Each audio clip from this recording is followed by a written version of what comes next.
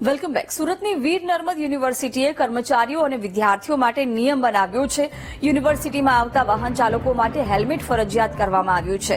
તમામ વિદ્યાર્થી અને સ્ટાફે ફરજિયાત હેલ્મેટ પહેરવાને લઈને એક પરિપત્ર જાહેર કર્યો છે. રાજ્યમાં અકસ્માતની વધતી સંખ્યાને ધ્યાને રાખી યુનિવર્સિટીએ પ્રયાસ કર્યો.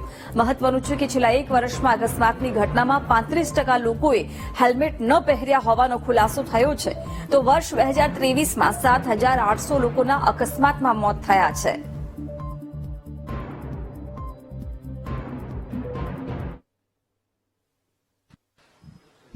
માન્ય રાજ્ય સરકાર દ્વારા શૈક્ષણિક સંસ્થાઓમાં હેલ્મેટ ફરજિયાત પહેરવાનો જે પરિપત્ર છે એ અનુસંધાનની અંદર અમારી 300 કરતાં વધારે કોલેજો અને અમારા 27 કરતાં વધારે વિભાગોને ઓલરેડી એનો કડક અમલ કરવા માટેનો આદેશો કરી દેવામાં આવ્યા છે.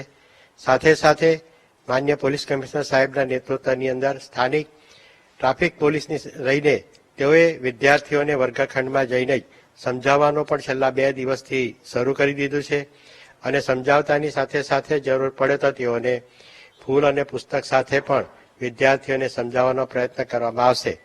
પણ શૈક્ષણિક જે કર્મચારીઓ જે છે એ કર્મચારીઓને આવી કોઈ ને પણ સાથે સાથે સમજાવવાની પ્રક્રિયા ચાલુ છે, પણ તેઓને તો ગેટ પર જ અમે અમારી ટ્રાફિક પોલીસને સૂચના આપવામાં આવી છે કે આરટીઓના નિયમ અનુસાર તમારે જે કોઈ દંડ વસૂલ કરવો હોય તેઓ ટ્રાફિક પોલીસ દ્વારા એ અમારા કર્મચારીઓ પર વસૂલ કરી શકે છે.